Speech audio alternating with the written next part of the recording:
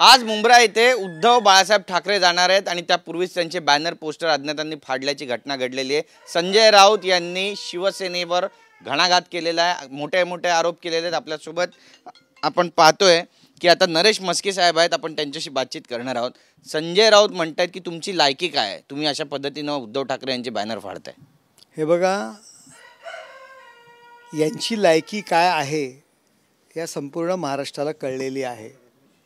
संजय राऊतांची लायकी काय आहे, सिल्वर ओकच्या बाहेरील द्वारपाल हा एक चांगला शब्द त्यांच्याकरता अगदी परफेक्ट बसलेला आहे। सिल्वर ओकचा पगारी नोकर ही त्यांची स्वतःची लायकी आहे आणि बॅनर फाडण्याची आम्हाला गरज नाही आहे। जितेंद्र आव्हाड हा प्रचंड नाटकी माणूस आहे। जितेंद्र आव्हाडांना रात्री त्यांनी ते ट्विट केलं, त्यांना जर कळलं, त्यांना कळत होतं जर बॅनर कोण फाडतंय तर त्याला विरोध का त्यांनी केला नाही। जितेंद्र आव्हाड यांनी बॅनर लावले असतील आणि स्वतःच बॅनर फाडले असतील, कारण त्यांना प्रसिद्धीच होतात येण्याकरता काही ना काही पाहिजे असतं। असे हे जितेंद्र आव्हाड नाटकी आहेत, त्यामुळे प्रसिद्धीत येण्याकरता या सर्व गोष्टी त्यांनी केलेल्या आहेत। तुम्हाला आठवतंय का की जितेंद्र आव्हाड म्हणाले होते की या महाराष्ट्रामध्ये जातीय दंगली होणार, हा पूर्णपणे प्लॅन जितेंद्र आव्हाड आणि संजय राऊत यांनी बनवून केलेला आहे। त्या ठिकाणी अशा पद्धतीने वातावरण तयार करायचं, ऐन दिवाळीमध्ये मुंब्र्यामध्ये वातावरण तंग करायचं, त्या ठिकाणी उद्धव ठाकरे यांना घेऊन यायचं, त्या ठिकाणी त्यांना विरोध झाला आणि लोक विरोध करणार आणि मग त्याला जातीय दंगलीमध्ये रूपांतर करायचं आणि स्वतःचा मतदारसंघ सुरक्षित करायचा, हे जितेंद्र आव्हाडांचं प्लॅन आहे आणि त्या प्लॅनमध्ये उद्धव ठाकरे फसलेले आहेत। मुळात मला यांची कीव येते की आज यांना जितेंद्र आव्हाडांच्या बोळ्याने दूध प्यावं लागतंय। जो जितेंद्र आव्हाड कायम शिवसेनेच्या मुळावरती उठला, शिवसेना संपवण्यासाठी उठला, ज्या जितेंद्र आव्हाडांनी शिवसेना प्रमुख माननीय बाळासाहेब ठाकरे यांचे पुतळे जाळले, ज्या सुषमा अंधारेंनी त्याच मुंब्र्यामधून बाळासाहेबांना थेरडा म्हटलं, त्या जितेंद्र आव्हाडांच्या बोळ्याने दूध पितायत। त्यामुळे यांची परिस्थिती अगदी केविलवाणी झालेली आहे। पण जितेंद्र आव्हाडांनी नुकतंच ट्विट केलं आहे की पोलीस तिथे उद्धव ठाकरेंना येऊ देणार नाहीत असं म्हणतायत। नोटिसेस पाठवण्यात आलेल्या आहेत, शिंदे गटाच्या नेत्यांनाही पाठवले आहेत आणि उबाटा गटाच्या नेत्यांनाही पाठवले आहेत। काय नेमकी भूमिका काय असणार आहे आता आपली, शिवसेनेची भूमिका काय असणार आहे? उद्धव ठाकरे जर येत असतील तर विरोध करणार का? हे बघा, ती शिवसेना शाखा आमची आहे, त्या ठिकाणी ती शिवसेना शाखा ती त्यावेळची जागा माननीय धर्मवीर आनंद दिघे साहेबांनी घेतली होती। आमचे जे वयोवृद्ध आता 95 वर्षाच्या वरती आहेत उद्धवराव जगताप साहेब, त्यांच्या नावावरती ती जागा घेतलेली आहे। ते सुद्धा आमच्या सोबत आहेत। तेथील 99.99% शिवसैनिक मुंब्रामधील आमच्या सोबत आहेत। जर त्या आमच्या शाखेवर येण्याचा प्रयत्न केला आणि चुकीच्या पद्धतीने जर त्या शाखेवर हक्क सांगण्याचा प्रयत्न केला तर आम्ही उद्धव ठाकरे यांना विरोध करणार। त्या ठिकाणी आम्ही स्वतः थांबणार आहोत। जितेंद्र आव्हाडांच्या नादी लागून की ज्यांनी मुंब्र्यातील शिवसेना संपवण्याकरता अहोरात्र कष्ट घेतले, आमच्या शिवसैनिकांच्या घराची राख रांगोळी केली, त्यांना आयुष्यातनं उद्ध्वस्त केले, त्या जितेंद्र आव्हाडांच्या नादी लागून जर उद्धव साहेबांनी मुंब्रा शाखेवरती ताबा घेण्याचा प्रयत्न केला तर आम्ही त्यास विरोध करणार। या पुढची जबाबदारी पोलिसांची असणार। नक्कीच आपण याने कायदा सुव्यवस्थेचा प्रश्न ऐन दिवाळीच्या तोंडावर निर्माण होईल असं वाटत नाही तुम्हाला? जितेंद्र आव्हाड यांनी आणि संजय राऊत यांनी सिल्वर ओकवर आखलेला हा प्लॅन आहे। महाराष्ट्रात दंगली घडवायच्या, मुंब्र्यापासून सुरुवात करायची। त्यांनी स्वतः या संबंधी भाष्य केलं होतं जितेंद्र आव्हाडांनी, त्यांची भाषणं तुम्ही तपासा। हा जो प्लॅन आहे आणि या महाराष्ट्रामध्ये निवडणुका जिंकण्याकरता भावनिक वातावरण तयार करायचं, हा त्यांच्या प्लॅनमध्ये, त्यांच्या डावामध्ये उद्धव ठाकरे फसलेले आहेत।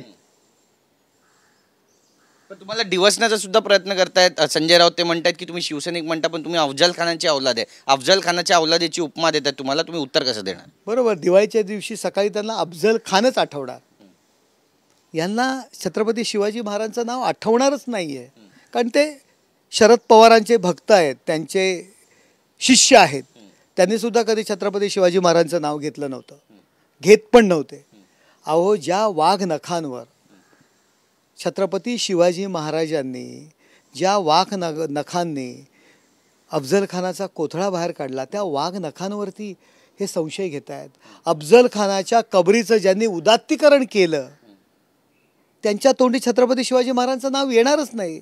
त्यामुळे ते अफजल खानाचंच नाव घेणार, कारण ते त्याच योग्यतेचे आहेत. नक्कीच 31 डिसेंबरला सरकार जाईल, मुख्यमंत्री खुर्चीवर बसणार नाहीत आणि 2024 मध्ये मुख्यमंत्री उद्धव ठाकरेच होतील असं सुद्धा म्हणतायत. आता तुमच्या लक्षात आलं, आज ते काय म्हणाले की 2024ला उद्धव ठाकरेच मुख्यमंत्री होतील.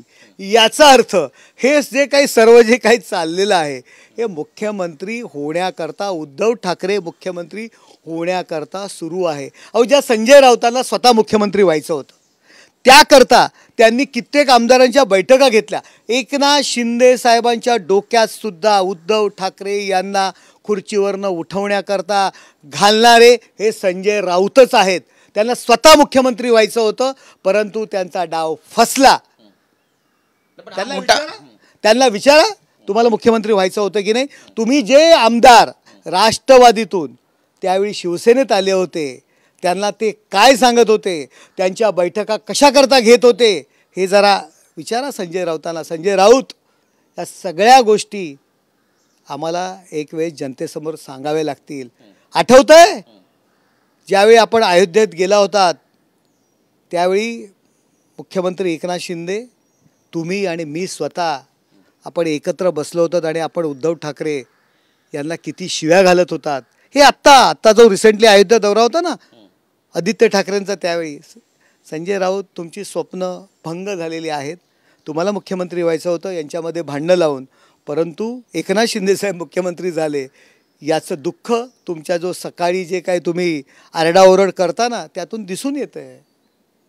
नाही, पण हे खरंच सत्य आहे की संजय राऊतांना मुख्यमंत्री व्हायचं होतं आणि यासाठी मुख्यमंत्री माजी मुख्यमंत्री उद्धव ठाकरे असताना, मुख्यमंत्री पदावर असताना या दोघांकडून अशी काही बैठक झाली होती, चर्चा होत होती, उद्धव ठाकरेंना पायउतार करून संजय राऊतांना स्वतः मुख्यमंत्री व्हायचं होतं. विचारा त्यांना. त्यांनी आमदारांच्या बैठका त्या पवईचं जे हॉटेल आहे त्याच्यामध्ये लावल्या होते की नाही, विचारा त्यांना. त्याच्यामध्ये जे राष्ट्रवादीतून शिवसेनेत आलेले आमदार होते, ज्या निवडून आले होते, त्यांना किती फूस घालत होते, त्यांना किती प्रेशर करत होते, विचारा संजय राऊतांना. येणार बाहेर एक ना एक दिवस त्या सगळ्या गोष्टी.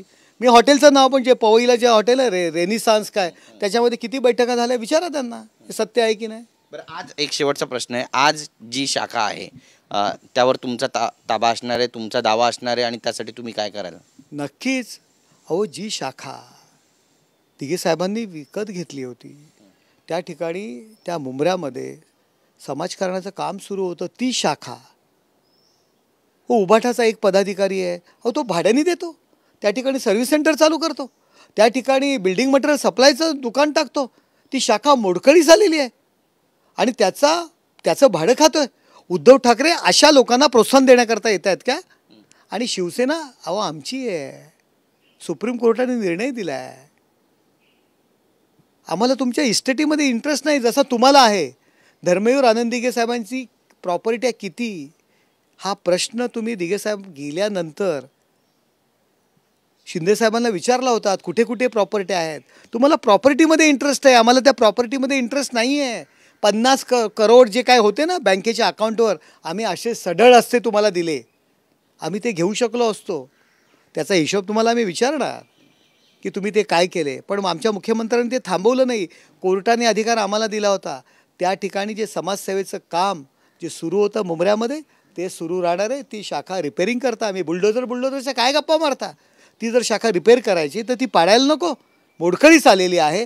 त्या ठिकाणी कुत्रे मांजरे बसत आहेत. त्या ठिकाणी तुम्ही भाड्याने दिल्यात जागा, चुकीचे व्यवसाय त्या ठिकाणी सुरू केलेत. त्या शाखेचं नूतनीकरण करायला नको. आणि 99.99% शिवसैनिक आमच्या सोबत आहेत त्या ठिकाणी. उद्धवराव जगतापांच्या नावावरती ती शाखा आहे, ते आमच्या सोबत आहेत. कुणाला लोकांना काय सांगताय सहानुभूती घेण्याकरता? कशाला हे सगळे उद्योग करताय? आणि तुमच्या स्वागताला माणसं आणण्याकरता जितेंद्र आव्हाड 500-500 रुपये त्या मुंबऱ्यामध्ये वाटतात. ही वेळ आली तुमच्यावर. कुणामुळे ही वेळ आली? आणि संजय राऊत काय हो सांगताय 31 डिसेंबर नंतर एकनाथ शिंदे मुख्यमंत्री राहणार नाहीत.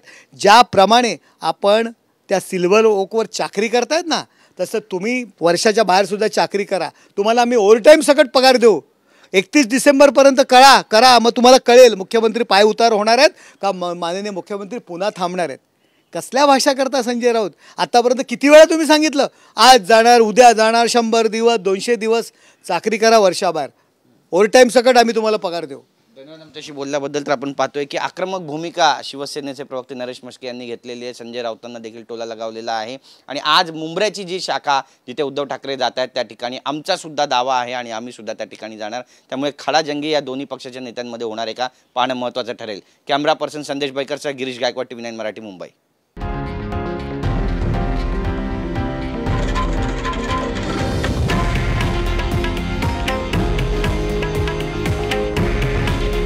हे आहे देशातील नंबर 1 न्यूज नेटवर्क आणि आपण पाहत आहात TV9 मराठी. काळजी तुमची, हित महाराष्ट्राचं.